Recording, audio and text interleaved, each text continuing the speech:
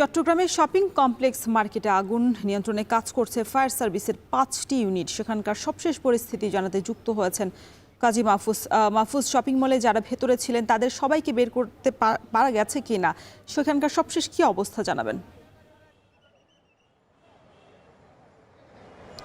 রওশন, চট্টগ্রামের 2 নম্বর গেট যে shopping complex, এই শপিং কমপ্লেক্সে কিন্তু আজকে অর্ধবেলা ছুটির দিন, যার কারণে ভিতরে কোনো শ্রমিক কর্মচারী কিংবা অন্য মালিক পক্ষে কেউ ছিল না। ফলে এখন পর্যন্ত ফায়ার সার্ভিস এবং পুলিশের পক্ষ থেকে যে তথ্য আমাদেরকে জানানো হয়েছে, সেইখানে বলা হয়েছে কোনো হতাহতের ঘটনা ঘটেনি। তবে উদ্ধার কাজ এবং একই সাথে আগুন যে নির্বাপন, সেই নির্বাপনের কাজ করতে গিয়ে ফায়ার সার্ভিসের কয়েকজন সদস্য আহত হয়েছেন। আমরা সেই দৃশ্যগুলো এখানে এসে দেখেছি। ফায়ার সার্ভিসের যে কয়েকজন সদস্য আহত হয়েছেন উদ্ধার কাজ করতে গিয়ে, সেই দৃশ্য আমরা একটু দেখানোর চেষ্টা করছি। আপনাকে বলে রাখি যে চট্টগ্রামের বৃহত্তম এটি একটি শপিং কমপ্লেক্স, যেখানে 600-র বেশি দোকান রয়েছে। চট্টগ্রাম সিটি কর্পোরেশনের পরিচালিত এই শপিং কমপ্লেক্সে যে 600-র অধিক দোকান রয়েছে, তার মধ্যে নিচের যে তলা রয়েছে, দ্বিতীয় তলার এই ভবনের নিচতলা থেকে মূলত আগুনের সূত্রপাত এমনটি ধারণা করা হচ্ছে। এবং বৈদ্যুতিক শর্ট সার্কিট থেকে এই আগুনের সূত্রপাত এমনটি বলছেন এখানকার যারা ব্যবসায়ী আছেন তারা। এবং এই মার্কেটের ভেন্টিলেশন ব্যবস্থা পর্যাপ্ত না থাকার কারণে এখান থেকে ধোঁয়া কিংবা আগুন নির্বাপন করতে গিয়ে বেশ বেগ পেতে হচ্ছে ফায়ার সার্ভিসের কর্মীদের। এখানে ফায়ার সার্ভিসের 5টি ইউনিট কিন্তু আগুন নির্বাপনে কাজ করছে।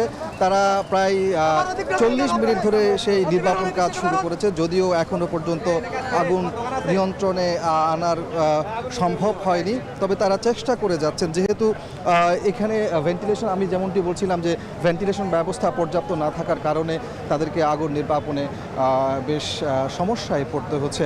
এখানে যারা ব্যবসায়ী আছেন তারা বলছেন যে দীর্ঘদিন ধরেই সিটি কর্পোরেশনের কাছে তারা দাবি দিয়ে আসছিল এখানকার বৈদ্যুতিক ব্যবস্থাকে সংস্কার করা, একই সাথে ভেন্টিলেশন ব্যবস্থা পর্যাপ্ত করা, কিন্তু সেটি করা হয়নি। যার কারণে এই যে বড় একটি দুর্ঘটনা ঘটে গেল। এখানে তারা প্রায় 100 কোটি টাকার ক্ষতির আশঙ্কা করছেন। অনেকের কাপড়ের দোকান, কাপড়ের পুড়ে গেছে, তারা এমনটি দাবি করছে। নিচের তলাতে কিন্তু বেশিরভাগ পোশাকের দোকান রয়েছে, পাশাপাশি কসমেটিক্স সহ অন্যান্য জুতার দোকানও রয়েছে। তবে বেশিরভাগ কিন্তু পোশাকের দোকান এখানে রয়েছে। আর পোশাকের আগুন লাগার কারণে সেই তীব্রতা বেড়েছে, তারা এমনটি আশঙ্কা করছেন। দর্শক, আমরা একটু দেখানোর চেষ্টা করছি যারা আগুন নির্বাপনে কাজ করছেন ফায়ার সার্ভিসের সদস্য, তারাও কিন্তু এখানকার যে কালো ধোঁয়া, একই সাথে অন্যান্য যে বিষয়গুলো আছে সেগুলোর কারণে আহত হয়ে পড়েছেন। আমরা দেখতে পাচ্ছি একদম পায়ে আঘাতপ্রাপ্ত হয়েছেন ফায়ার সার্ভিসের এক সদস্য, তাকে অন্যান্য সদস্যরা প্রাথমিক চিকিৎসা দেওয়ার চেষ্টা করছেন। এখানে কিন্তু ভিতরের অবস্থা বেশ ভয়াবহ।